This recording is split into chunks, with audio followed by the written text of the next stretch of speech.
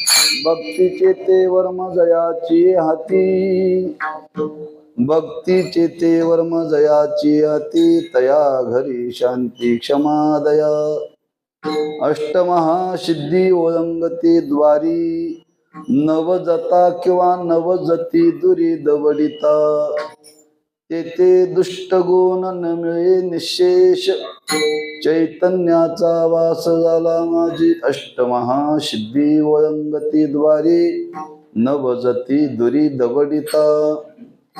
संतुष्टे चित्त सदा सर्व काळ, तुटली हळहळ त्रिगुणाची. अष्टमहासिद्धी ओळंगती द्वारी, नवजती दुरी दवडिता. तुका म्हणे त्याचा देव सर्व भार, तुका म्हणे त्याचा देव सर्व भार, चालवी कामार होऊनिया. अष्टमहासिद्धी ओळंगती द्वारी, नवजती दुरी दवडिता. पांडुरंगा करू प्रथमा,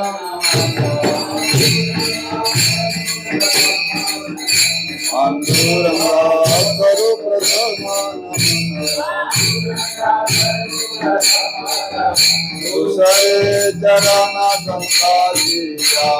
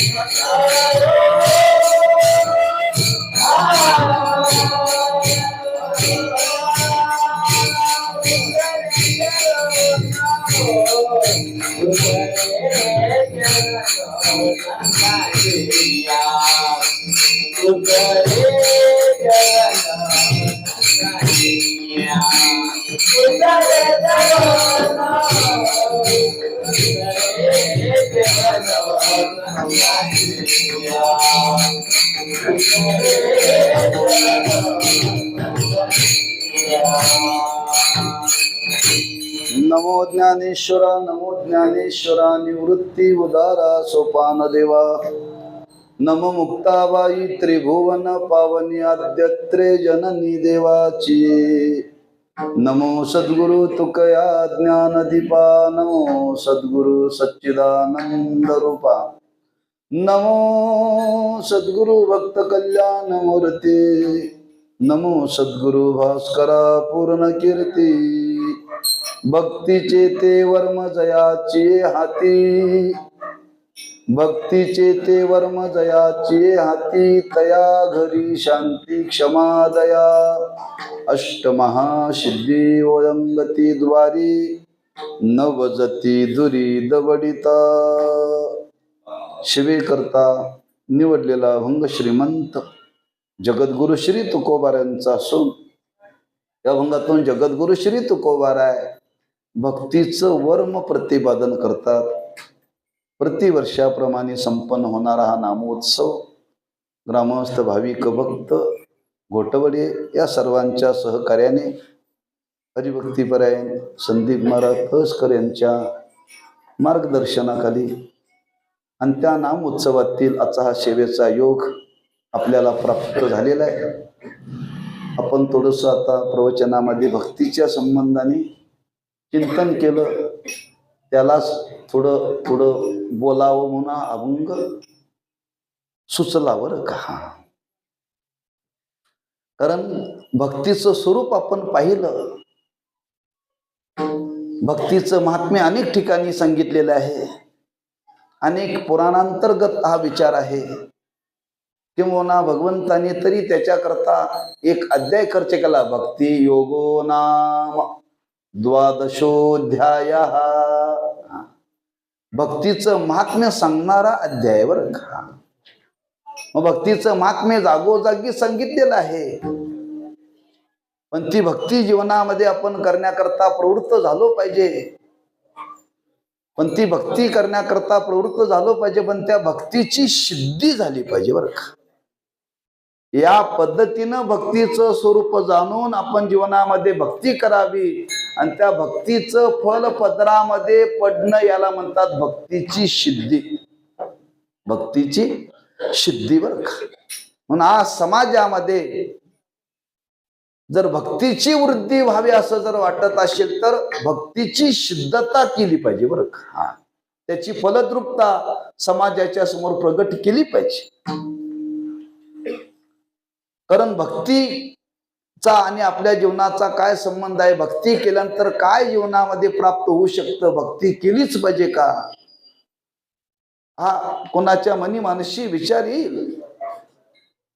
कारण जीवन जगत असताना मनुष्याच्या जीवनामध्ये मनुष्य जीवन आणि भक्ती याचा संबंध सांगत असताना ही भक्ती मनुष्याच्या जीवनाला सफल करणारी आहे बरं का. मनुष्याच्या जीवनाला सफल करणारी आहे. म्हणून प्रत्येकाने जीवनामध्ये भक्ती केली पाहिजे. पण अशी भक्ती केल्याने जीवन सफल होतं म्हणजे नेमकं काय जीवनामध्ये प्राप्त होतं असा जर कोणाला जाणण्याचा विचार जर अंतःकरणामध्ये निर्माण झाला तर महाराज त्याचं स्वरूप या अभंगातून प्रगट करतात. मग भक्तीची सिद्धी, भक्ती सर्वांना करता येते, भक्ती सर्वांनी करावी, पण त्या भक्तीचं वर्म आपल्याला कळालं पाहिजे बरं. वर्म पूर्ण जर कोणती गोष्ट जर केली तर कष्ट कमी पडतात आणि वर्म सोडून जर केली तर पदरात काहीच पडत नाही. पकवास लावायचा आहे, पकवास किती गट्टे लावल्यानंतर पकवास लागतो काय म्हणून त्याचं काही वर्म आहे. म्हणून अलीकडे वाजवणारे फार झालेत पण लावता येत नाही बऱ्याच जणांना. आणि ते वर्म प्राप्त होत नाही सर्वांना ते वर्म प्राप्त होत नाही. मृदंगच आहे होतो. ठोकलं म्हणजे ते लागत नाही. किती ठोकावं, कुठं ठोकावं त्याची घरं ठरलेली आहे. ते वर्म बरं का. म्हणजे प्रत्येक क्षेत्रामध्ये वर्माचा विचार मांडलेला आहे. ते वर्म पूर्ण कोणतंही कार्य माणसाने जीवनामध्ये करावं, कोणतंही करावं, लक्षात ठेवा. नंतर संतांनी वर्णन केले. आज आम्ही या पारमार्थिक जीवनामध्ये पूर्णत्वाला का प्राप्त झालो, महाराज म्हणतात त्याचे एकच कारण, तुका म्हणे त्याचे कळले आम्हावर,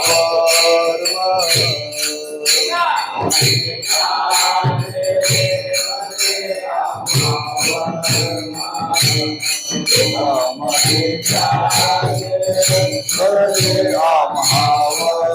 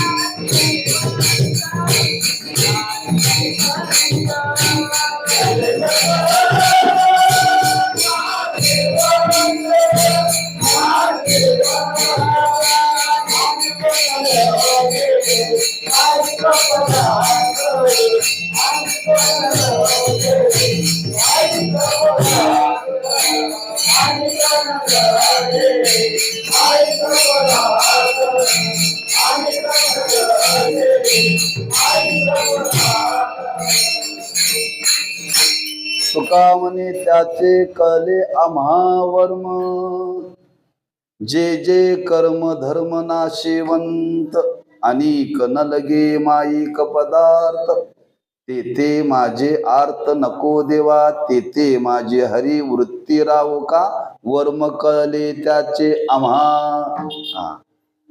म्हणून परमार्थामध्ये हे वर्म कळालं पाहिजे. गुरुवारी साखरे महाराज सांगत असतात, पुरणपोळी करायची आहे. पुरणपोळी करता गव्हाचंच पीठ लागतं आणि चपाती करण्याकरता तुझा फरक काय हो दोन्हीत? बऱ्याच महिन्यांना पुरणाच्या पोळ्या करता येत नाही, तिथल्या सोडून बरं. गुरुवारी महाराज सांगत असतात, त्या कणकीमध्ये घातलेलं पुरण ते शेवटपर्यंत गेलं पाहिजे बरं का, काटापर्यंत. आज महिला करतात पण काठ कडक होतात बरं का. खाणाऱ्याला ते काढून टाकावे लागतात आणि मधलं खावं लागतं. हा, पुरण त्या शेवट कारापर्यंत गेलं पाहिजे, ती काटापर्यंत मऊ राहिली पाहिजे पोळी. मग त्याच्याकरता काय करावं लागतं, त्या मानाचं ते कणिक चिंबावं लागतं, मळावं लागतं. ते सगळ्यांना जमत नाही बरं का, त्याचं वर्म आहे. म्हणजे प्रत्येक क्षेत्रामध्ये वर्माचा विचार मांडलेला आहे.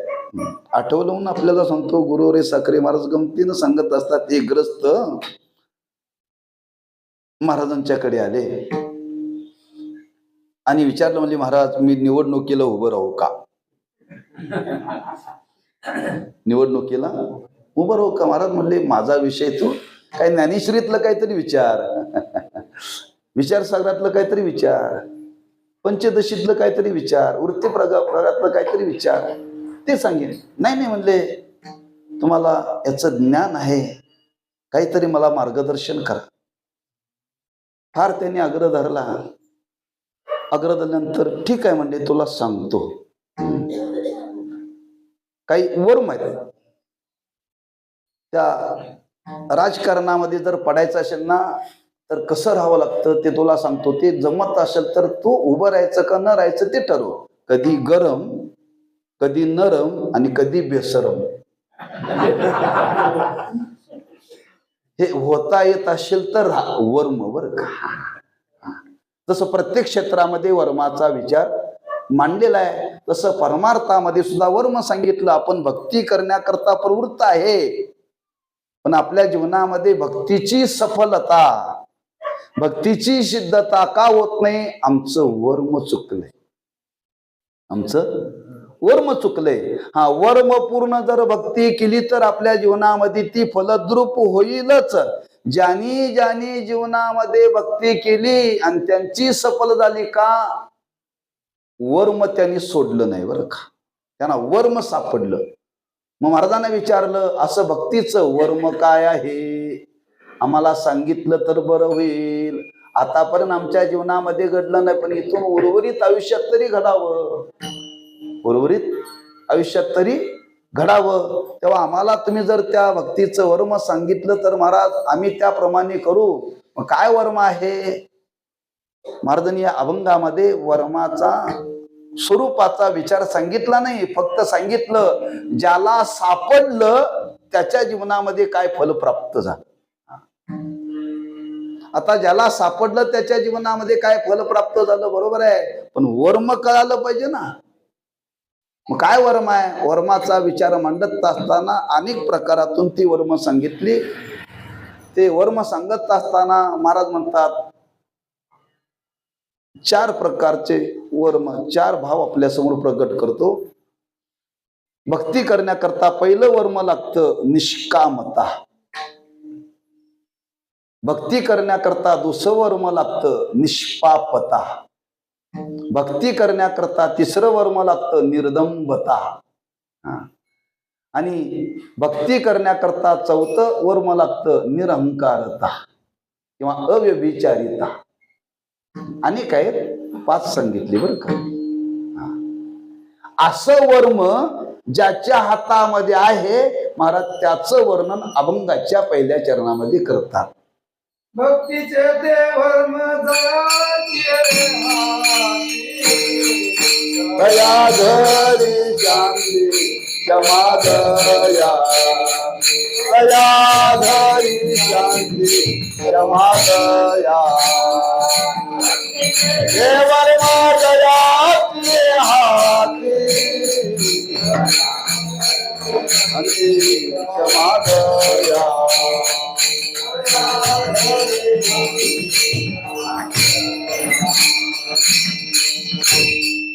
भक्तीचे ते वर्म जयाची हाती. ज्याच्या हातामध्ये हे वर्म आहे. कोणतं वर्म आता मी उल्लेख केला. त्यातला पहिला विचार सांगतो. पहिलं वर्म आहे निष्पापता. भक्तीचं पहिलं वर्म काय? निष्पापता. म्हणजे काय हो? भक्ती करत असताना दोषाचं साहचर्य भक्तीमध्ये असता कामा नये. दोष साहचर्य टाकून जीवनामध्ये भक्ती केली पाहिजे. आपण काय करतो? भक्ती करत असताना दोषासहित भक्ती करतो. ज्ञानोबांनी फार सुंदर दृष्टांत दिलाय. ज्ञानोबा सांगतात अमृत आहे. अमृताचा परिणाम काय? अमृत सेवन करणारा अमर होतो आणि विष, त्या विषाचा परिणाम काय? विष खाणारा मरतो बरं का. म्हणजे अमृताचं सामर्थ्य आहे. अमृत सेवन करण्याने मनुष्य अमर होतो आणि विष खाण्याने मनुष्य मरतो. ज्ञानोबा येथे वर्णन करतात अमृते तरीच मरिजे. असं कसं बोलता तो? अमृताचा परिणाम काय? अमर होणं. विषाचा परिणाम काय? आणि ज्ञानोबा इथं वर्णन करता अमृते तरीच मरिजे विशेषे शेविजे. अमृत हे अमर करत, पण विषासहित सेवन केलं तर ते मारत. बरं का. फार गावं लागत नाही. अमृत आहे, तांब्यावर अमृत आहे आणि त्यात एक थेंब विषाचा टाकला, परिणाम कशाचा होतो? विषाचा. मी काय सांगतो थोडस लक्ष द्या बरं का. तांब्यावर अमृत आहे आणि एक थेंब विष आहे. अधिक काय आहे? अमृत आहे आणि अल्प काय आहे? परिणाम कशाचा व्हायला पाहिजे? पण होत नाही ना. का? त्याला विषाचं साहचर्य लागलं. माणसं आयुष्यभर परमार्थ करतात तांब्यावर आणि कुठं तरी शेवटी पाय घसरतो, विष येतं, केलेला परमार्थ वाया जातो बरं. काय समजलं तर बरं आहे, नाही समजलं तर त्याच्यापेक्षा बरं. दोषाचं साहचर्य परमार्थाच्या साधनेमध्ये चालत नाही, लक्षात ठेवा. म्हणून पहिला विचार मांडलेला आहे. भक्ती करत असताना पहिलं वर्म आहे निष्पाप. पापाचं साहचर्य परमार्थात चालत नाही. भगवंतांनी वर्णन केले परमार्थाला लागण्याच्या पूर्वी कितीही पापी चालतो. आधी तरी दुराचारी, पण परमार्थात आल्यानंतर पाप वासना चालत नाही, लक्षात ठेवा. पाप वासना चालत नाही. म्हणजे परमार्थाला लागण्याच्या पूर्वी कितीही पापी असला तरी चालतो, पण परमार्थात आल्यानंतर मात्र पाप वासना सुद्धा चालत नाही. आज आमचं कसं आहे, आम्ही परमार्थाची साधना करतो. वर्माचा विचार चाललाय, लक्षात ठेवा. की खरंच ज्याला परमार्थाची साधना करायची आहे त्यानं पहिल्यांदा पाप सोडलं पाहिजे. पाप सोडलं पाहिजे. आम्ही सोडतो, काही दिवस पाप सोडतो, काही दिवस पुण्य करतो. बरोबर आहे ना? काही दिवस पाप सोडतो आणि काही दिवस पुण्य करतो. पुन्हा काही काल गेला की पुन्हा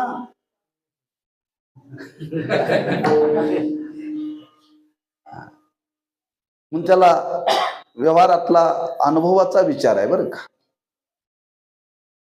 आपला पूर्वी सप्ताह श्रावणात होता, बरोबर आहे.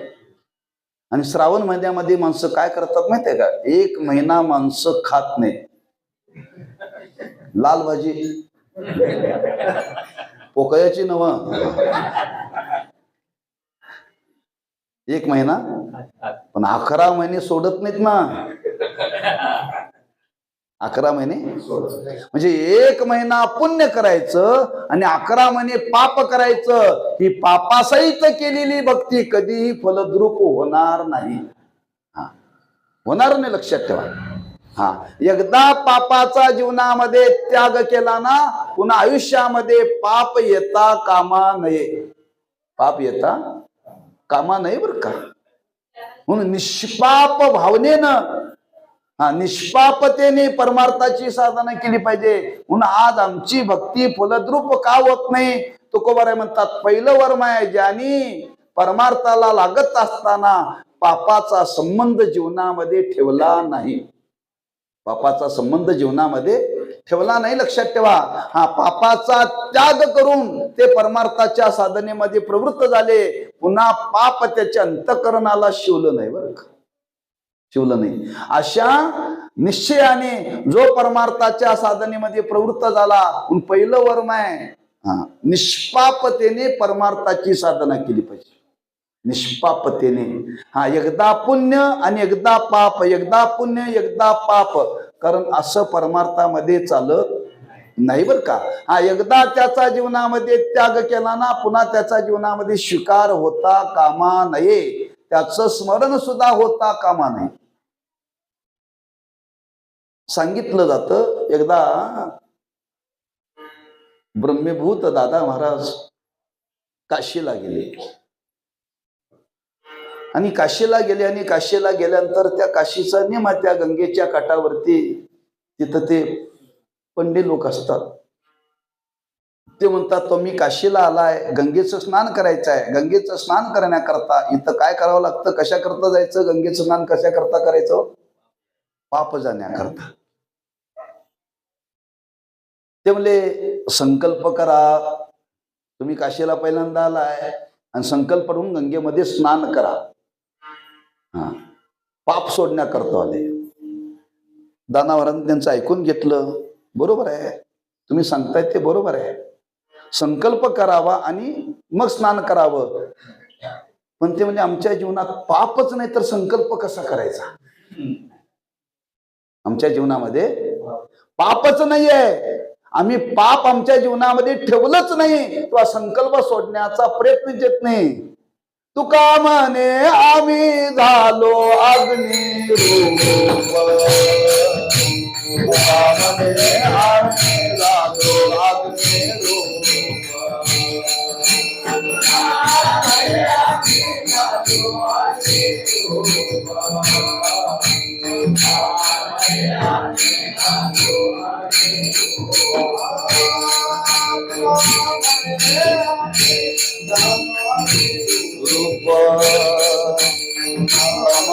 आम्ही झालो अग्नी रूप.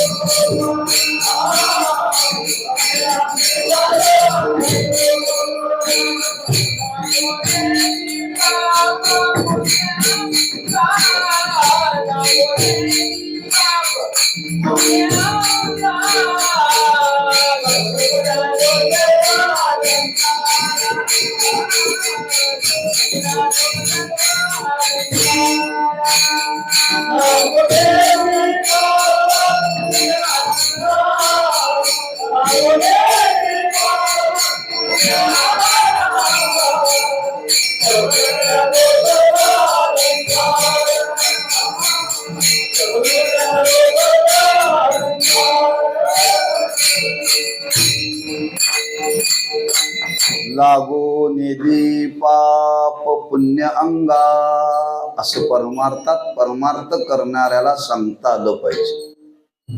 आमच्या जीवनामध्ये पापाचा संबंध राहिला नाहीये. म्हणजे पाप टाकून परमार्थाची साधना करावी लागते. काठीण्य आहे, इतकं सुलभ नाही आहे. इथं जो विचार मांडला वर्माचा, बघा तुम्ही, गुरुवरी महाराज एक युक्तिवाद म्हणतात.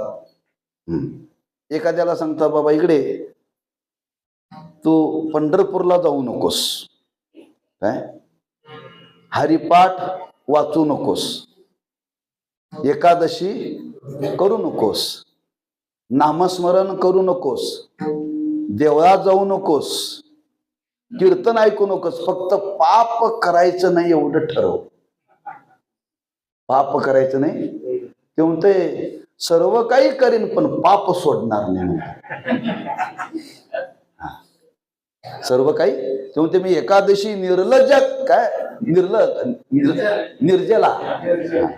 निर्जला करीन, म्हणजे पाणी सुद्धा पिणार नाही पण पाप सोडणार नाही.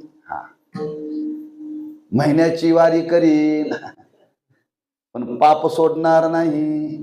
दिवसातून 27 वेळा हरिपाठ म्हणेन पण पाप सोडणार नाही. काही करू नका पण पाप सोडा. फार कठीण आहे, लक्षात ठेवा. म्हणून परमार्थाचं पहिलं वर्म सांगितलं की परमार्थाला लागत असताना पाप करण्याची जी वृत्ती आहे ती टाकून दिली पाहिजे. आपण कीर्तनाला आलोय का नाही, चांगल्या भावनेला आलोय का नाही, चांगलं ऐकायला आलोय का नाही.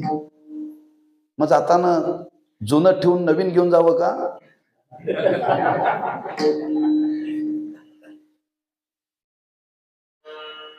विचार बर का, जुने विचार टाकावेत, नवीन विचार घ्यावे. लोकांनी ठरवलं की जुनं चप्पल टाकावं आणि नवीन न्यावं. कीर्तन ऐकून सुद्धा माणसं जाताना दुसऱ्याचं चांगलं बघून येतात. पाप आहे काय पुण्य आहे हो? अशी किती कीर्तन ऐकल्यानंतर फरक पडेल? निष्पापता अंतकरणामध्ये आली पाहिजे. पाप अंतकरणाला शिवता कामा नाही, लक्षात ठेवा. पण भक्तीच करायची आहे. आज आम्ही तुम्ही भक्ती जीवनामध्ये करतो, पण ती भक्ती करण्याकरता हे भक्तीचं पहिलं वर्म आहे, निष्पाप होऊन परमार्थाची साधना केली पाहिजे. म्हणून महाराज इथं वर्णन करतात, भक्तीचे ते वर्म जयाचे हाती, तया घरी शांती क्षमा दया. हे वर्म ज्याला जीवनामध्ये ज्याच्या हाताला लागलेलं आहे, ज्याने हे वर्म स्वीकारलेलं आहे, ज्याने या वर्माचा अंगीकार केलेला आहे, महाराज म्हणतात त्याची भक्ती सफलच होईल, फलद्रूपच होईल. लक्षात ठेवा. दुसरा विचार आहे, भक्ती करण्याकरता वर्म पाहिजे. दुसरं वर्म आहे की निष्कामता. निष्कामता बरं का, म्हणजे परमार्थाची साधना करता असताना, भक्ती करता असताना कोणतीही कामना, कोणतीही अपेक्षा न ठेवता परमार्थ करायचा आहे. कोणतीही अपेक्षा नाही बरं का. सकामतेने केलेली भक्ती मान्य नाहीये. काही अंशाने शास्त्राने स्वीकार केलेला आहे बरं का. जी माणसं निषिद्ध कर्म करतात, निषिद्ध कर्माच्या माणसाला निषिद्ध कर्मापासून बाजूला करण्याकरता सांगितलं सकाम भक्ती करा. निषिद्ध कर्मापासून परावृत्त करण्याकरता सकाम भक्तीचा स्वीकार केला, पण कुठपर्यंत, त्याच्यातून बाजूला करण्याकरता बरं का.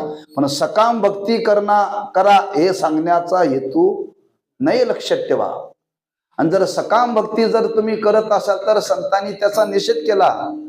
जो कोणी सकाम भक्ती करत असेल तर ती भक्ती देवाला मान्य नाही आहे. निष्काम भक्ती, कोणतीही अपेक्षा त्या भक्तीच्या साधनातून आपल्याला फल मिळावं, काहीतरी मिळावं, म्हणजे लौकिक दृष्टीने बरं का, लौकिक दृष्टीने कोणतीही अपेक्षा न ठेवता ते कर्म करायचं आहे. म्हणून निष्कामता सांगितली. किती निष्कामता सांगितली हो.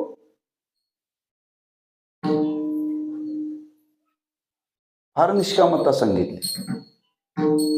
तुकोबरांचे अभंग आहे. आपण कीर्तन करतो, महाराज म्हणतात कीर्तन करायचं ना, जिथं कीर्तन करतात तिथं अन्न खाऊ नका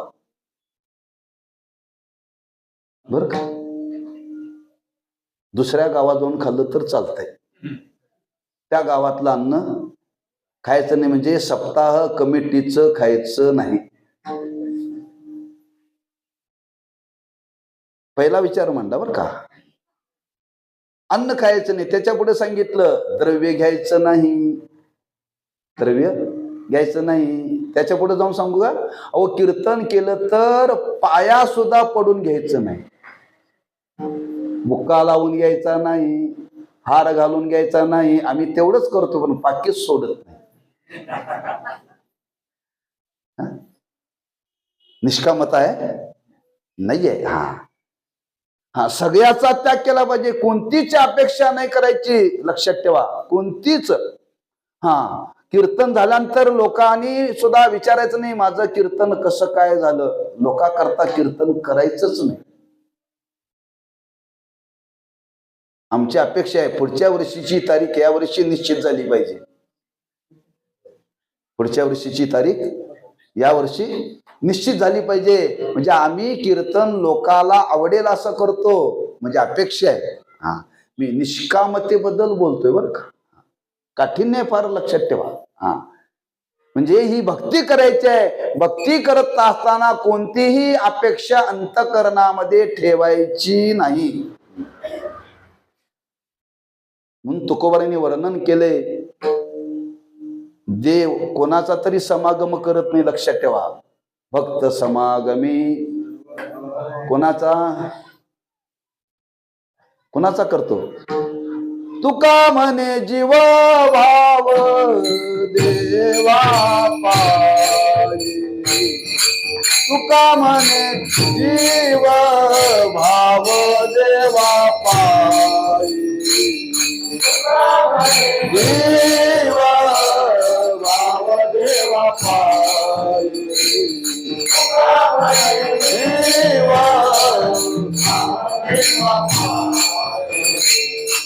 तुका म्हणे जीव भाव देवा पायी, तुका म्हणे जीव भाव देवा पायी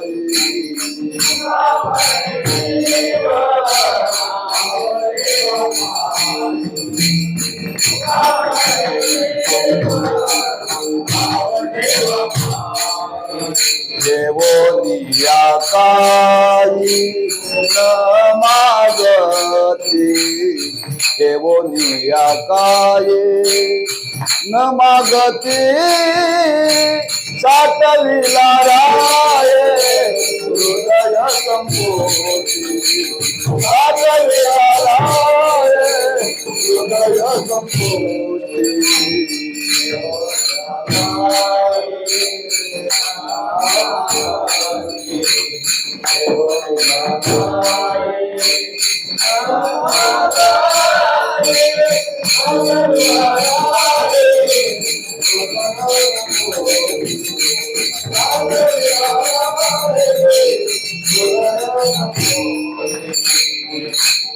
तुका म्हणे जीव भाव देवा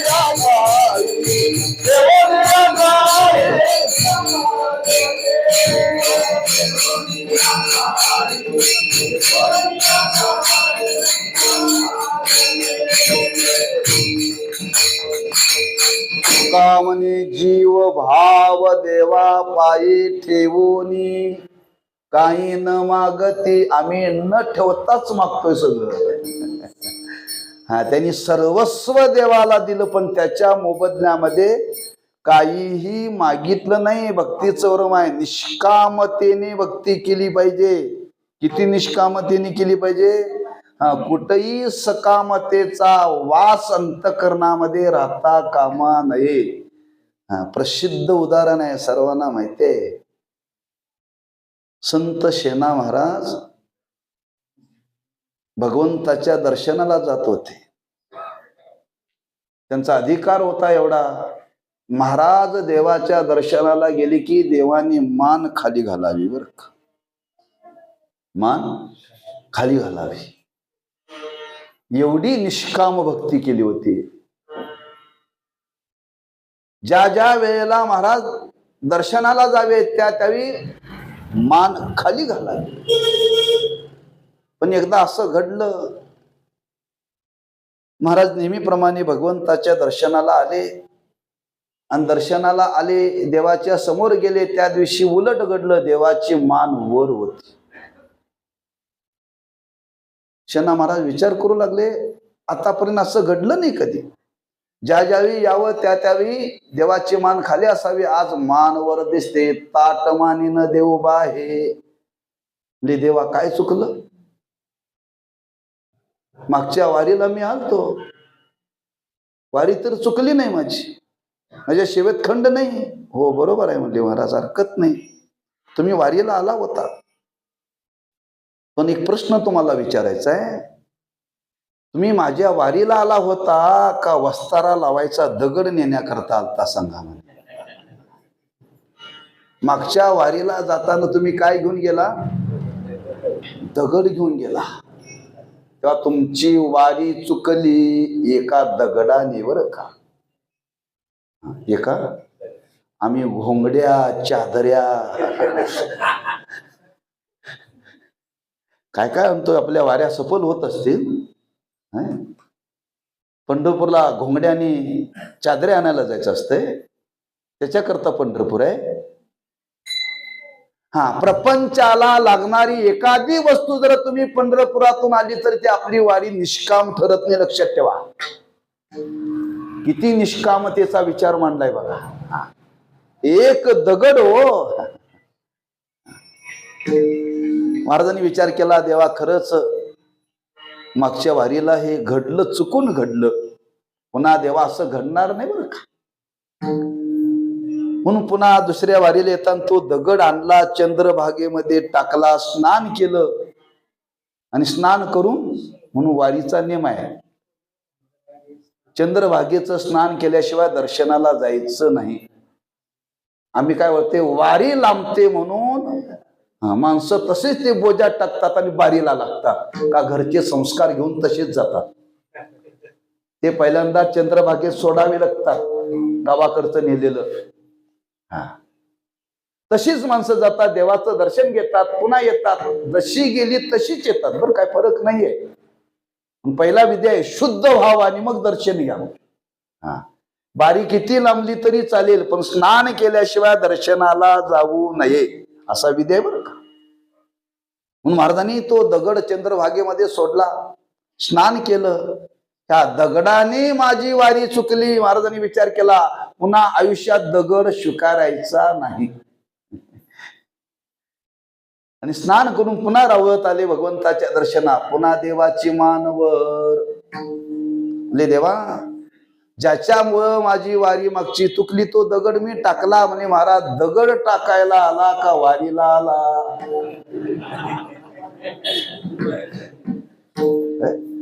दगड टाकायला आला का वारीला आला? म्हणजे एखादा अंशही अंतकरणामध्ये सकामतेचा चालत नाही बरं का.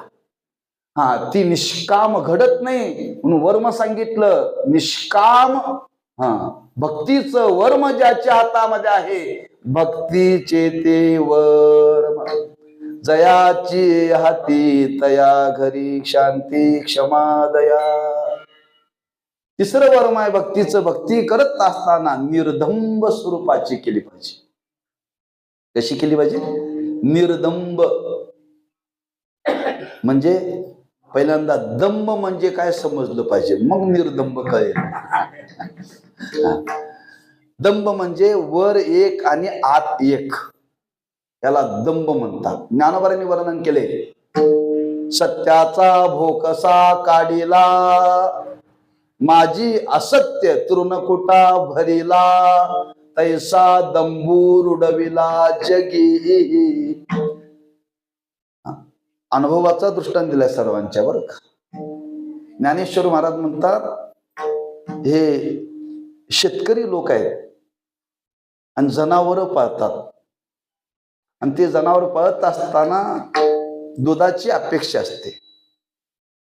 म्हणून बरेच लोक 7-9 कीर्तनाला येत नाही, 6 वाजता प्रवचनाला येत नाही का, धार त्याच्याशिवाय ती देत नाही. धार त्याच्याशिवाय देत नाही. म्हणून बरेच लोक वारीला सुद्धा जात नाहीत का, माझ्याशिवाय दार देत नाही. आम्ही सांगतो पंढरपूरला त्याला घेऊन या, पंढरपूरला घेऊन या. मग अशी काही संस्कार होतात, पण त्या जनावराला कळतं, हात कळतो बर का.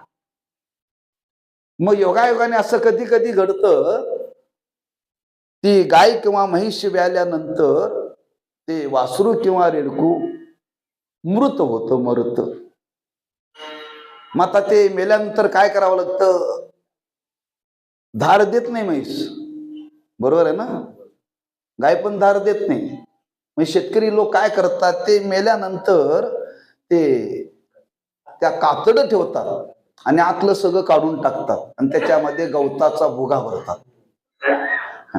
आणि गवताचा भुगा भरून ते रेडकू तयार करतात आणि त्या म्हशीच्या समोर ठेवतात आणि पाना फुटतो, मग ती दूध देते. हे खऱ्याने काढलं का फसवून काढलं?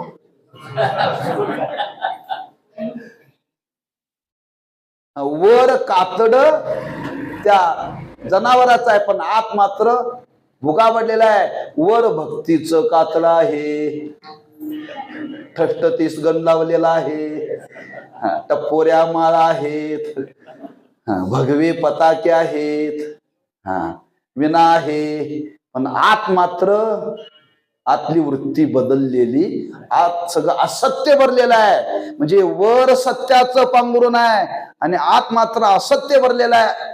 हे जे वागणं याला म्हणतात दंभ. याला काय म्हणतात? दंभ.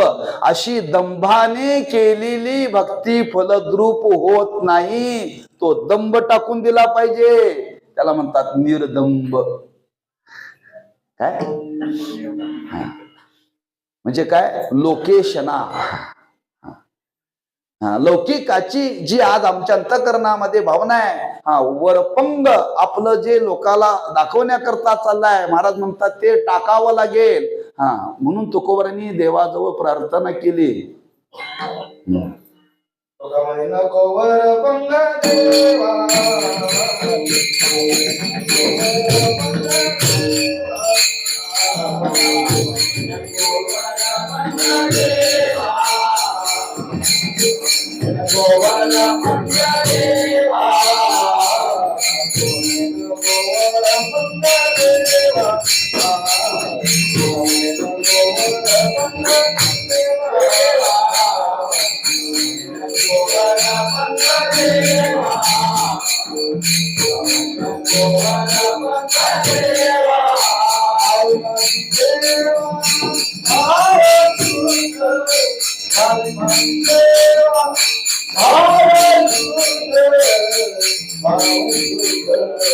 करिता जीव सुख व्हावे माझा, करिता जीव सुख व्हावे माझा,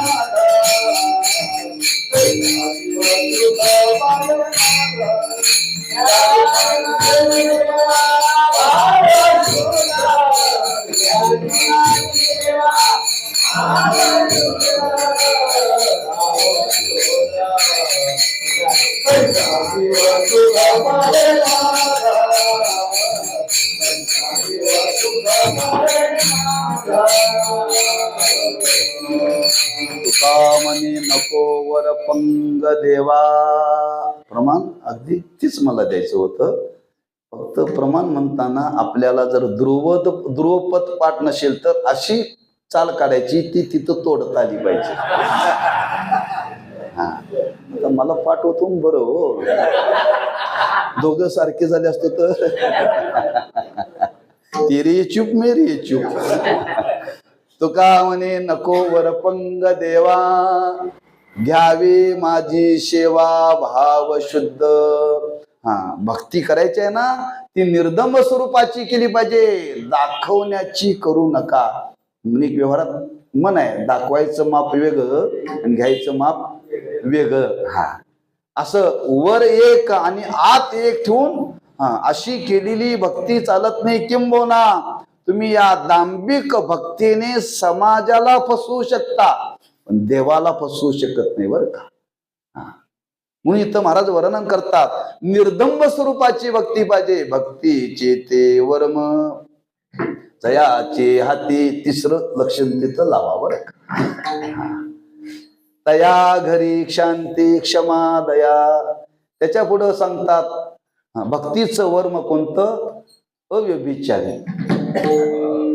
अव्यभिचारी म्हणजे व्यभिचारी आणि अव्यभिचारी व्यवहारातला शब्द आहे.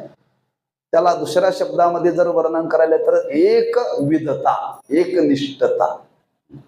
भक्ती करत असताना एकाच देवाची भक्ती केली पाहिजे. एखाद्या स्त्रीने एखाद्या पुरुषाबरोबर विवाह केलेला आहे, ती त्याची अर्धांगी आहे. अशी अर्धांगी असताना जर परपुरुषाचा संबंध आला तर लोक काय म्हणतात, ही व्यभिचारी आहे बरं का. हेच भक्ती क्षेत्रामध्ये आहे बरं का. एकाच देवाची जीवनामध्ये भक्ती केली पाहिजे. अनेक देवाची भक्ती करणं व्यभिचारी भक्ती आहे आणि ही मान्य नाही. आम्ही भक्ती करतो, सोमवार आला की हर हर महादेव, मंगळवार आला की उदगाई उद, बुधवार आला की रामकृष्ण हरी, गुरुवार आला की गुरुदेव दत्त, शुक्रवार आला की महालक्ष्मी, शनिवार आला की जय हनुमान, रविवार आला की ज्योतिबाच्या नावाने चांगबल. देव म्हणते हा नेमका कोणाचा? हा नेमका आमचा दिवस बदलला की देव बदलतोय. ही व्यभिचारी भक्ती, अशी भक्ती चालत नाही. भक्ती कशी पाहिजे? एक धरिला चित्ती आम्ही रखुमाईचा पती, आम्ही रखुमाईचा पती, आम्ही रखुमाईचा पती.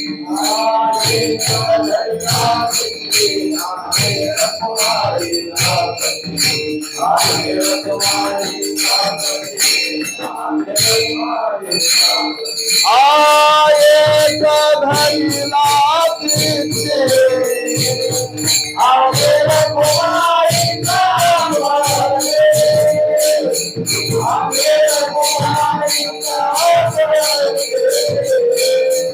आम्ही रखुमाईचा पती, आम्ही रखुमाईचा पती. एक धरिला चित्ती आम्ही रखुमाईचा पती, आम्ही रखुमाईचा पती, आम्ही रखुमाईचा पती.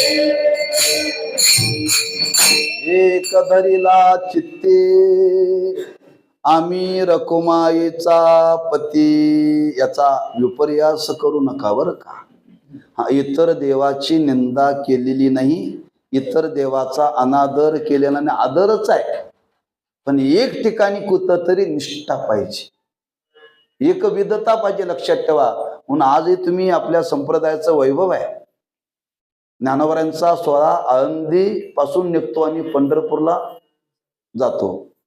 मग पंढरपूरला जाताना बऱ्याच रस्त्यामध्ये काही ठिकाणं लागतात, क्षेत्र लागतात.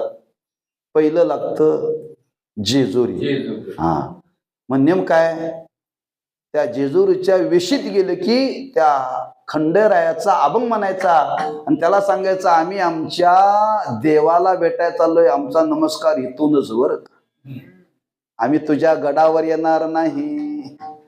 हा, तिथंच अभंग म्हणायचा आणि अभंग करून अभंग म्हणून त्याला नमस्कार करायचा आणि पुढे जायचा. बरेच वारकरी पालखी पोचायच्या आधी त्या गडावर असतात. पुढं महादेव लागतो शिंगणापूरचा, तिथून अभंग म्हटला जातो महादेवाचा. महादेवा आम्ही आमच्या देवाच्या दर्शनाला चालतोय, आमचा नमस्कार इथूनच. याला म्हणतात अविवेचार. हा, जे एकाच देवाच्या ठिकाणी कुठंतरी निष्ठा ठेवली पाहिजे, अशी एक निष्ठेने जी भक्ती जीवनामध्ये केली जाते, हे भक्तीचं वर्म आहे. भक्ती चेते वर्म जयाची हाती, तया घरी शांती क्षमा दया. आणखी 5 वर्म सांगतो, भक्ती करत असताना निरअहंकारतेने केली पाहिजे. हा, की भक्ती करत असताना अहंकार जाण्याकरता भक्ती करायची होय का, भक्तीचा अहंकार धारण करायचा. निरअहंकारतेने भक्ती केली पाहिजे बरं का. कशी केली पाहिजे, ज्ञानोबारांनी फार सुंदर वर्णन केले. ज्ञानोबाराय म्हणतात, नदीला पूर यावा आणि त्या नदीमध्ये लव्हाळा उगवावा. हा, मग ते पूर आला की ते लव्हाळा वाहून जात नाही बरं का. का जात नाही, ते वागतंय. वागतंय म्हणजे नम्र होतंय. हा, ताट राहिलं की ते घेऊन जातंय बरं का पाणी. पाणी म्हणजे लव्हाळा एवढ्या महापुरामध्ये सुद्धा वाहून जात नाही का, पाणी आलं की वागतंय, म्हणजे स्वतःच अहंकार ते बाजूला करते बरं का. एक लव्हाळा जर आपल्या जीवनामध्ये वाहून जाऊन याच्याकरता जर वागतो, तर आम्ही तुम्ही काय करावं, निरअहंकारतेने जीवनामध्ये जगायला शिकलं पाहिजे बरं का. हा, दुसरा विचार आहे, आम्ही हरीचे भूषावया लागी, ही गोष्ट वेगळी. हा, पण भक्ती करत असताना माझ्यासारखा कोणी नाही, मीच, असा मात्र तिथं अहंकार व अभिमान येता कामा नाही बरं का. हा, अहंकाराचा त्याग केला पाहिजे. किती केला पाहिजे हो, किती नम्रतेनं भक्ती केली पाहिजे. तुकोबाराई वर्णन करतात, हा, थोरांच्या विषयी आपल्या अंतःकरणामध्ये आपण किती जरी मोठा असलो तरी महाराज म्हणतात, तुका म्हणे मज पामर आहे काय थोरपण, पायीची वाहन पायी बरी. हा, हे कुठं व्यक्त करावे, पुढाऱ्याजवळ नव्हे, पुढाऱ्याजवळ नव्हे बरं का, ही संतांच्या जवळ, समाजाच्या समोर आपण भक्ती करत असताना असा भाव अंतकरणामध्ये असावा. नंतर प्रार्थना केली जाते, अहंकाराचा वारा न लागो राजसा माझ्या विष्णुदासा भाविकाशी. पण आम्ही परमार्थाची साधना करतो, भक्ती करतो, भक्ती करता करता करता एवढा येतो ते म्हणते मी आहे म्हणून देवाची पूजा चालल्या, मी आहे म्हणून देवाची पूजा चालल्या. तो देव म्हणतो तू मरून बघ पूजा कोण करते ते बघतो. म्हणजे ती सेवा करता करता त्या सेवेतून अभिमान व अहंकार जागा होतो. असा त्या भक्ती क्षेत्रामध्ये अहंकार येता कामा नये, निरहंकारता जीवनामध्ये प्राप्त झाली पाहिजे. आणि असं वर्म ज्याच्या हाताला लागलं, महाराज म्हणतात भक्तीचे ते वर्म जयाची हाती. हे वर्म आहे, हे ज्यांनी वर्म स्वीकारलं, त्या वर्माचा ज्याने अंगीकार केला, महाराज म्हणतात त्या भक्तीची सिद्धी, त्या भक्तीचं फल आहे. तया घरी शांती क्षमा दया कोणाच्या घरी. अशी वर्मपूर्ण भक्ती करतो त्याच्या घरामध्ये सगळे नांदतात बर का. कशा करता भक्ती करायचे, हे सर्व घरामध्ये नांदावेत म्हणून, हे सर्व घरामध्ये नांदावेत म्हणून लक्षात ठेवा. अशी वर्मपूर्ण भक्ती केली तर महाराजांनी पहिलं पद सांगितलं, काय सांगितलं, तया घरी शांती क्षमा दया. पहिलं काय सांगितलं, शांती. बरोबर आहे ना. कशाला म्हणतात शांती, दाट खाऊन जी धरली जाते तिला म्हणत नाहीत बरं. त्या शांतीचं वर्णन केलंय. शांती म्हणजे काय, एक ते अवस्था आहे बरं का. शांतीचं वर्णन करताना असं वर्णन केले, आपल्या जीवनामध्ये कोणतंही किती कर्म करत असताना आपल्या अंतःकरणामध्ये क्रोध जागा नाही झाला पाहिजे बरं का. क्रोध जागा नाही झाला पाहिजे. लोक म्हणतील महाराज असं जर आपण परमार्थात वागायला लागलो तर आपली लंगोटी सुद्धा कोणी ठेवणार नाही, लंगोटी सुद्धा कोणी ठेवणार नाही. हो बरोबर आहे, तो लौकिक भाग आहे. पण आपल्याला जर परमार्थाची साधना करायची असेल तर महाराज म्हणतात ती अवस्था आहे, ती आपण धरतो म्हणून येत नाही, ती जीवनामध्ये प्राप्त होते. लक्षात ठेवा. 4थ्या अध्यायामध्ये भगवंतांनी वर्णन केले, श्रद्धावान लभते ज्ञानम तत्पर संयतेंद्रिया ज्ञानम लब्धा पराम शांती अधिरेनाती गच्छती. तिथं वर्णन केले. त्याच्या खालची ओबी काय, तरी आत्मसुखाची या गोडिया विटे जोका सकळ विषया जयाच्या ठाई इंद्रिया मानू नाही. महाराज म्हणतात ज्याला ज्ञान प्राप्त झालेलं आहे त्याच्या जीवनामध्ये शांती वास करते. कशी करते तिथे विस्ताराने ज्ञानोबारांनी तो विचार मांडलेला आहे बरं का.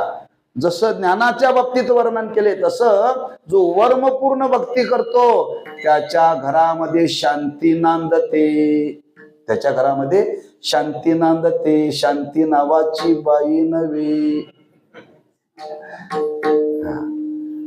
कशी नांदते तुम्हाला पाहायचं असेल तर पैठणला जावा, पैठणला जावा.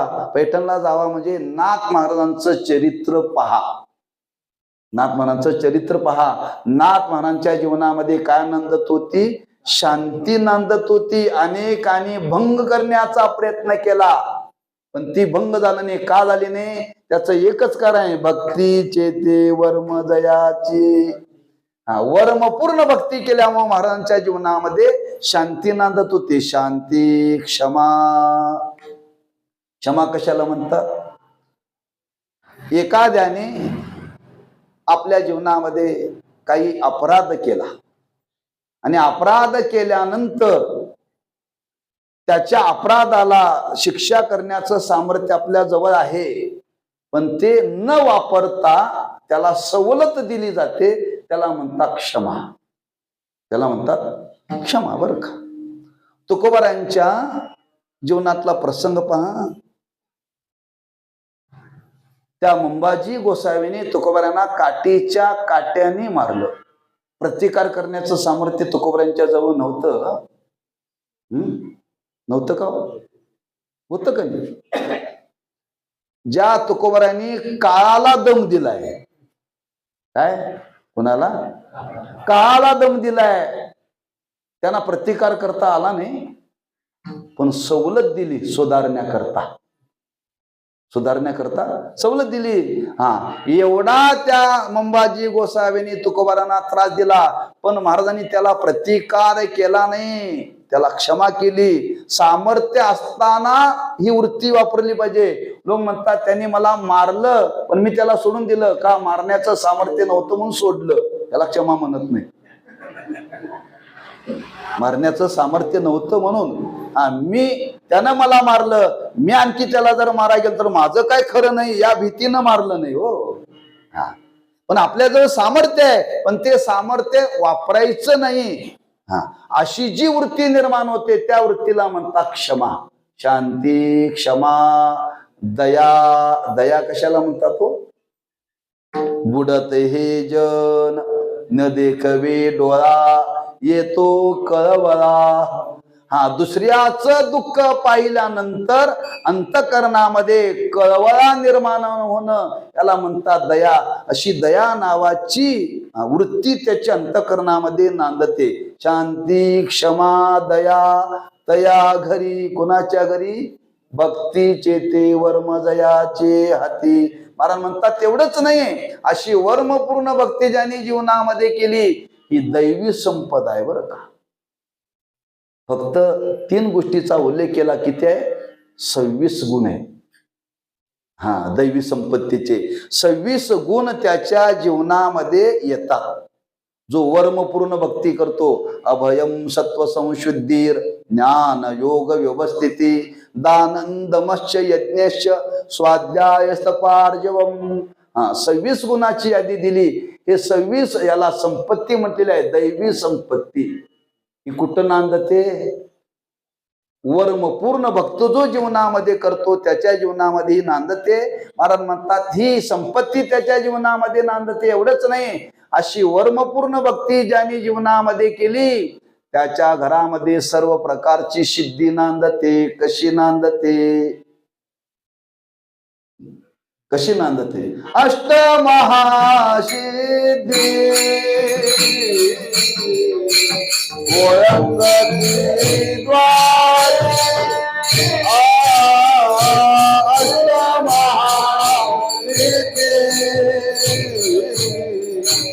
ओळंगती द्वारे,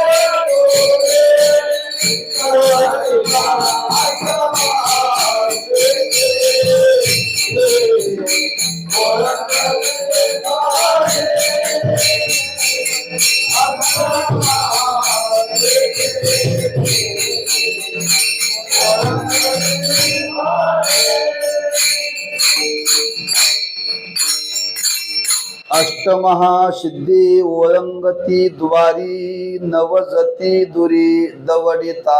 अशी वर्मपूर्ण भक्ती ज्यांनी जीवनामध्ये केली, महाराज म्हणतात त्याच्या दारामध्ये अष्टमहासिद्धी ओळंगतात. ओळंगतात म्हणजे लोळतात. कशा करता?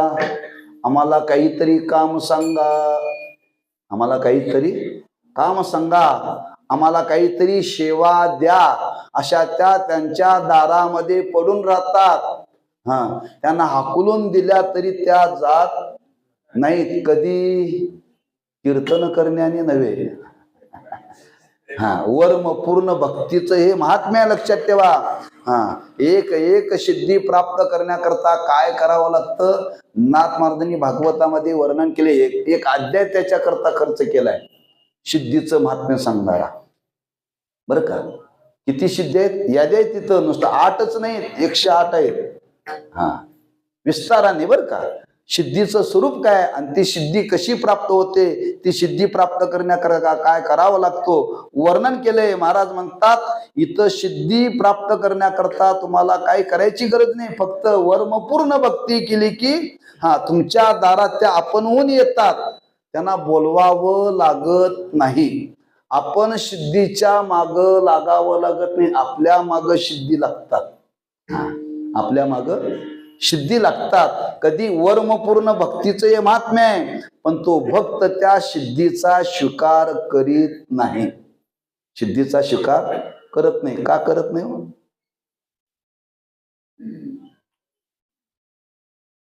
कळण्याकरता सांगतो, थोडस सांगतो. सिद्धीच्या माग लागला की प्रसिद्धी होते. आणि एकदा तुम्ही प्रसिद्धीत अडकला की सगळं गेलं. बरं का? सगळं गेलं. म्हणून ते महात्मे सिद्धीचा स्वीकार करीत नाहीत. ज्ञानोबांनी केला का? सिद्धीवाल्याला सिद्धी दाखवण्याकरता केला. ज्ञानोबांनी जर दुकान मांडलं असतं तर सिद्धीचं, चांगदेवात आणि ज्ञानदेवांच्या मध्ये काय फरक राहिलाच नसता. चांगदेवाकडे सर्व सिद्धी प्राप्त होत्या. त्याला दाखवायचं होतं, तुझ्याकडे जशा सिद्धी आहेत तशा आमच्या दारात लोळतात. सिद्धीने गर्व घालवण्याकरता स्वीकार केला, तेवढाच केला, पुन्हा केलेला नाही. पुन्हा कुठं उल्लेख आहे का? नाही. लक्षात ठेवा. म्हणजे या महात्म्यांच्या जीवनामध्ये सर्व सिद्धी होत्या, त्यांनी त्याचा स्वीकार केला नाही. सिद्धी प्राप्त व्हावी म्हणून भक्ती करायची नाही. लक्षात ठेवा. पण त्या भक्तीच्या द्वारे मात्र सिद्धी प्राप्त होतात. त्याची भक्ती करणाऱ्याला गरज नाही. त्यांना वाटतं यांच्या दारामध्ये आपण जरी पडून राहिलो तरी आपला उद्धार होईल. अष्टमहासिद्धी ओळंगती द्वारी नवजता दुरी दवडिता. त्यांना जरी हाकलून दिलं तरी ते जायला तयार होत नाहीत. असं त्या भक्तीचं वर्म आहे. त्याच्या पुढे महाराज वर्णन करतात, ते दुष्ट गुण न मिळे निशेष चैतन्याचा वास झाला माझी. संतुष्ट चित्त सदा सर्व काळ तुटली हळहळ त्रिगुणाची. तुका म्हणे त्याचा देव सर्व भार चालवी कामार होनिया. अष्टमहासिद्धी ओळंगते द्वारी नवजते दुरी. जय जय विठोबार कुमारी, जय जय विठोबार कुमारी. कुंडलिक वरदा श्री ज्ञानदेव विठोबार कुमारी. जय जय जय जय विठोबार कुमारी, जय जय विठोबार कुमारी, जय जय विठोबार कुमारी, जय जय विठोबार कुमारी.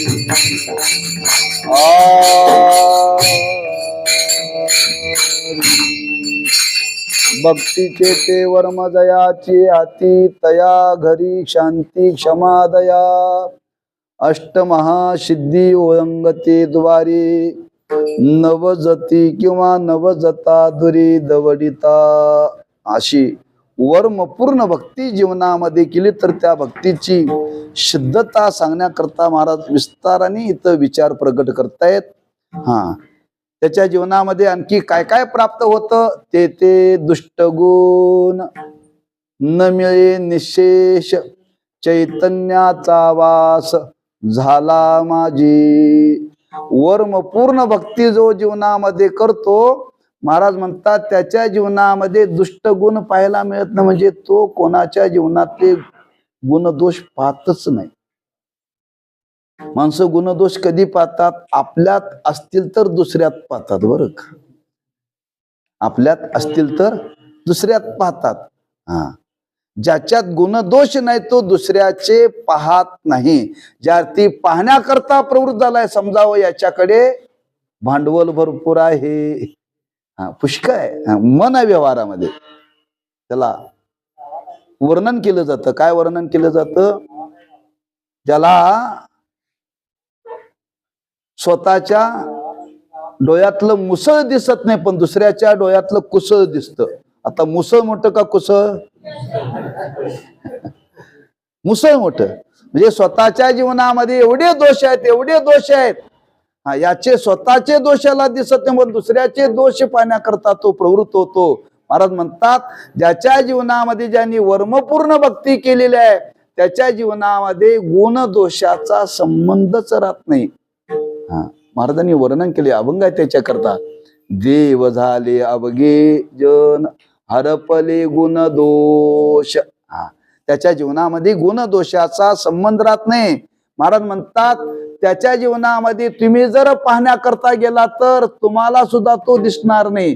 ते दुष्ट गुण न मिळे निशेष. शेष सुद्धा तुम्हाला तिथं पाहायला मिळणार नाही बरं का. अशी अवस्था त्या भक्तीतून त्याच्या जीवनामध्ये प्राप्त झालेली आहे. त्याच्या पुढे वर्णन करतात, चैतन्याचा वास झाला माझी, चैतन्य नाम परमात्मा त्याच्या जीवनामध्ये वास करतो. कोणाच्या? जयाचे चोखटे मानशी, मी होऊनी अशी क्षेत्र संन्यासी, जया निजलया ते उपाशी वैराग्य गा. त्याच्या घरामध्ये, त्याच्या अंतःकरणामध्ये ते चैतन्य वास करत. चैतन्य वास करत म्हणजे नाही त्याच्या जीवनामध्ये आहेच ना. पण महाराज म्हणतात, चैतन्य वास करत या शब्दाचा अर्थ असा अर्थ आहे, ज्ञानोबांनी वर्णन केले, या उपाधी माझी गुप्त चैतन्याशे सर्वगत. ते तत्वज्ञ संत शुकारिती, त्याच्या जीवनामध्ये चैतन्याचा वास झाल्यामुळे त्याला जगतामध्ये काय दिसतं? अवघेची त्रैलोक्य, आनंदाची आता चरणी जगन्नाथा. ते चैतन्याचा नाम परमात्म्याचं वास्तव्य त्याच्या अंतःकरणामध्ये झालेलं आहे. त्याच्या पुढे महाराज वर्णन करतात, संतुष्ट हे चित्त सदा सर्व काळ, तुटली हळहळ त्रिगुणाची कधी भक्तीचे ते वर्म जयाचे हाती. त्याचं चित्त सदा संतुष्ट आहे. संतुष्ट सतत योगी यतात्मा दृढ निश्चया. संतुष्ट या शब्दाचा अर्थ काय हो? समाधान. समाधान शब्दाचा अर्थ काय? संतुष्ट. संतुष्ट म्हणजे समाधान, समाधान म्हणजे संतुष्ट. म्हणजे काय? त्याचं स्वरूप काय? महाराज म्हणतात, कोणत्याही परिस्थितीमध्ये त्याच्या मनाची मनस्थिती कधी बदलत नाही, कधी बदलत नाही. अशा अवस्थेमध्ये तो राहतो. म्हणजे कसा राहतो?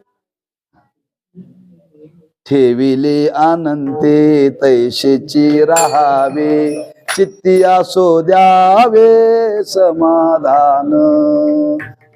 कोणत्याही परिस्थितीमध्ये त्याची मनस्थिती बिघडत नाही. हे संतुष्ट चित्ताचं लक्षण आहे बरं का. आमचं कसं आहे, आमची कोणत्याही परिस्थितीमध्ये मनस्थिती चांगली नाही आहे, चांगली नाही आहे. गुरुवरी महाराज गमतीनं सांगत असतात, बघा, एखाद्याच्या आपण घरी गेलो आणि घरी गेल्यानंतर त्याने आपल्याला चहा दिला वा दूध दिलं. आता काय झालंय, अलीकडे कप मोठे असतात बरं का. कप मोठे असतात. मग एकाला घरी गेल्यानंतर एकाला दूध दिलं आणि ते दूध दिल्यानंतर तो कप मोठा होता. पण तो म्हणला, ह्यानी दिलंय पण अर्धाच कप दिलंय बरं का. दिलंय या समाधान नाही आहे, दिलंय पण अर्धच दिलंय, याला म्हणतात असंतुष्टता. दिलं तरी समाधान आणि नाही दिलं तरी समाधान, याला म्हणतात संतुष्ट सदाकार सर्व काळ. बरं हा, कोणत्याही अवस्थेमध्ये त्याची संतुष्टता बिघडत नाही. म्हणून इथं शब्द वर्णन केले, संतुष्ट हे चित्त सदा सर्व काळ. सदा सर्व काळ, कोणत्याही काळामध्ये त्याची संतुष्टता बिघडत नाही. तुटली हळहळ त्रिगुणाची. माणसाच्या चित्तामध्ये हळहळ कधी होते? गुणाचा संबंध आहे तोपर्यंत. सत्वगुण, रजोगुण, तमोगुण या गुणाच्या संबंधाने माणसं हळ हळ हळ करतात. महाराज म्हणतात हे गुणच त्याच्या जीवनामध्ये राहिले नाहीत. हे गुणच त्याच्या जीवनामध्ये राहिले नाहीत. परिणाम तुटली हळहळ त्रिगुणाची, पण कधी भक्तीचे ते वर्मदयाची अति.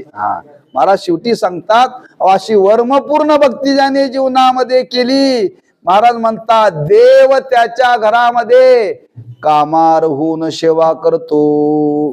तुका म्हणे त्याचा देव सर्व भार. तुका म्हणे त्यांचा देव सर्व भार. देव सर्व भार.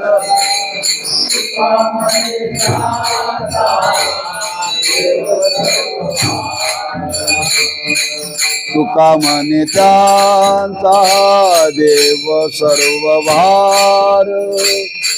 तुका म्हणे त्यांचा देव सर्व भार.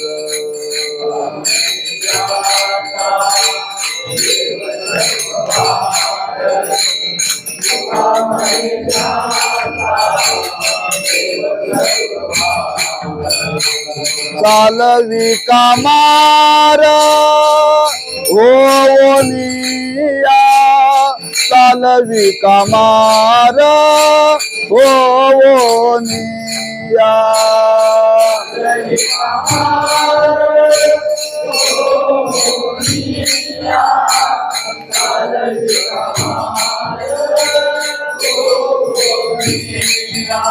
चालवी कामार होनिया. चालवी कामार होनिया.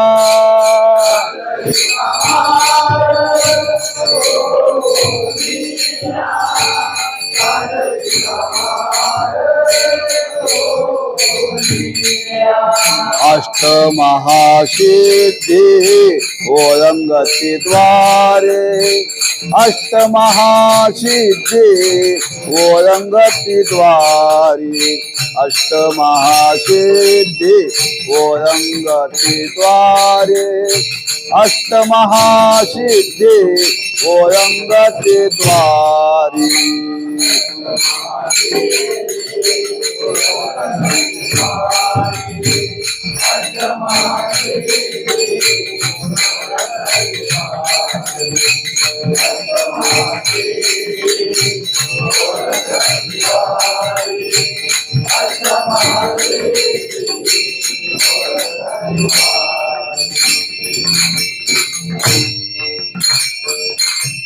तुका म्हणे त्याचा देव सर्व भार. चालवी कामार होनिया. महाराज म्हणतात अशी वर्मपूर्ण भक्ती जो जीवनामध्ये करतो त्याच्या घरामध्ये देव येतो आणि त्याचा सर्व व्यवहार चालतो. कसा? कामार होऊन. बर का? कामार होऊन. नांदे तया घरी दैवत पंढरीचे. कोणाच्या घरी? अबपवाल्यांच्या नव्हे. अशी वर्मपूर्ण भक्ती करतो त्यांच्या घरी. कोणाच्या घरी? द्वारकेचा राणा पांडवा घरी. सर्व त्यांचं चालवत होता. कामार या शब्दाचा अर्थ काय हो? काम करणारा, एवढंच आपल्याला माहिती आहे. जे पडल ते काम करणारा त्याला म्हणतात कामार. कुठलंही घरातलं काम, प्रत्येक कामातले गडी वेगळे वेगळे आहेत. तुम्ही शहरामध्ये गेला ना, भांडी घासणारी वेगळी, धुणं धुणारी वेगळी, फरशी पुसणारी वेगळी. फरशी पुसून गेली की भांडी घासणारी येते, भांडी घासणारी गेली की 2-2 वरांना येते. हा बरोबर आहे ना. त्याच्या पुढे पोरं सांभाळणारी येते.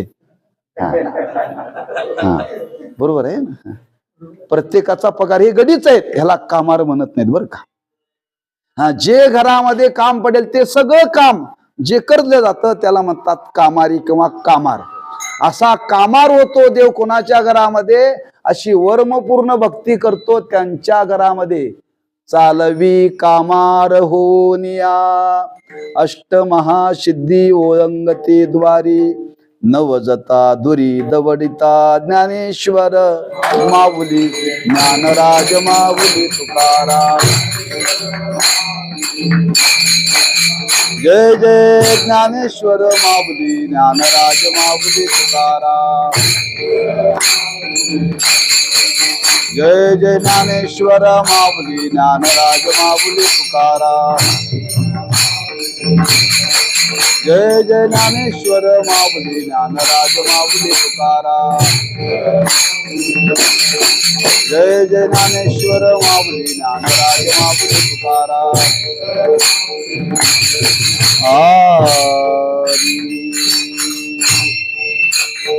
भक्तीचे ते वर्म जयाचे अति तया घरी शांती क्षमा दया अष्टमा सिद्धी ओळंगती द्वारी, नवजती दुरी दवडिता तेथे दुष्ट कोण न मिळे निशेष चैतन्याचा वास झाला माझी. संतुष्टे चित्त सदा सर्व काळ, तुटली हळहळ त्रिगुणाची तुका म्हणी त्याचा देव सर्व भार. चालवी कामार होवनिया अष्टमहासिद्धी ओळंगती द्वारी, नवजता दुरी दवडिता वेळेची मर्यादा मनी मानशी घेऊन अभंग सोडवलेला आहे. हा बाकी काही चरणाचा भाव सांगितलेला का या घोटवडे गावामध्ये पहिल्यांदा सेवेचा योग आहे बरं का. हा तेव्हा जिथं पहिल्यांदा सेवा असते तिथं मी हा नियम सांगतो, कीर्तन जर वेळेमध्ये सोडलं तर 50 मार्क मिळतात. किती? आणि अभंग सोडवला तर 50 मार्क मिळतात. 100 मार्काचा पेपर आहे. हा मग 50 मार्कावरती पास होता येतं. आपल्याला अभंग सोडवता नाही आला तरी कीर्तन तरी वेळेत सोडावं. हा म्हणजे कुठं नापास व्हायचं नाही ठरवलंय बरं का. हा हा आणि अभंग सोडवला तर 100 मिळतात. आता मी अभंग सोडवला हे मी सांगायचं नाही, ते तुम्ही ठरवायचं बरं का. पण आपल्या हातात काय, वेळेत सोडवणं बरं का. म्हणून ती मर्यादा मनी मानशी घेऊन सेवा केलेली झालेली सेवा त्या भगवंताच्या चरणी समर्पित करायची आहे. आणि एवढंच त्याच्याकडे मागायचं आहे, सवर्म आमच्या हाताला लागावं. हाताला लागावं कधी? या जन्मात बरं का. आणि अशी वर्मपूर्ण भक्ती जर आमच्या जीवनामध्ये घडली तर आपलं जीवन कृतार्थ सफल होईल. अशी त्या भगवंताच्या चरणी, संत महात्म्यांच्या चरणी, श्री गुरूंच्या चरणी समर्पित करून सेवेला पूर्णविराम देऊ. पायाच्या प्रसादी काही बोलिलो विनोदे, मज क्षमा करणे संती नवे अंगभूत युक्ती. नोह्या उपदेश तुमचे बडबडिलो शेष, तुमच्या कृपेचे पोसणे जन्मो जन्मी तुका म्हणे तुकाराम तुकाराम तुकाराम तुकाराम.